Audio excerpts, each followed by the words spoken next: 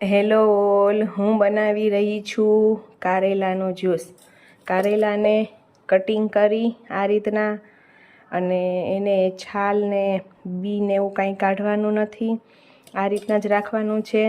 અને ધાણાભાજીને બી આ રીતના જ કટકટ કરવાની છે. આના દાંડલા કે એવું કાંઈ કાઢવાનું નથી. અને પછી આપણે એમાં ફુદીનો નાખશું.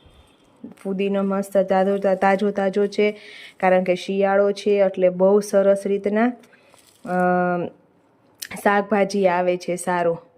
તો ફુદીનો, ધાણાભાજી, કારેલું. હવે આના પછી હું બતાવું છું કે હજી આની અંદર હું શું નાખું છું. એ રીતના આની અંદર મેં ફુદીનો કટ કરીને નાખ્યો છે, ધાણાભાજી. હવે આની અંદર આપણે નાખશું લીંબુનું અડધું ફાડું નાખ્યું છે. તમે જ્યુસ બનાવીને ઉપરથી બી નાખી શકો છો, પણ હું તો પીસવામાં જ નાખી દઉં છું. પછી જેના ઘરમાં સંચળ હોય સંચળ નાખે, મરીનો પાવડર ફાવતો હોય તો એ બી નાખે.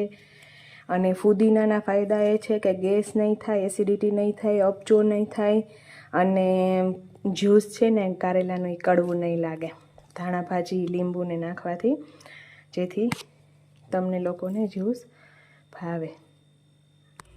આની અંદર થોડુંક પાણી બી ઉમેરવાનું છે, અને પાણી જો મટકાનું હોય તો વધારે સારું. હું નમકને નથી નાખતી, સંચળ થોડુંક નાખું છું, જેથી ટેસ્ટ સારો આવે. જોયું, જ્યુસ પીસાઈ ગયું છે. હવે આને આપણે ગાળી લઈએ. આપણે કારેલાનો જ્યુસ કમ્પ્લીટ છે. મારે થોડુંક વધારે બની ગયું હતું એટલે મેં કાચની બોટલમાં સ્ટોર કરી લીધું છે. હવે સાંજેકના પીસ અથવા તો કાલે સવારે પીસ ફ્રીજમાં રાખી દઈશ, એટલે કાંઈ બગડે નહીં. કાચની બોટલમાં નાખવાથી નહીં બગડે. બરાબર? ચલો, બાય.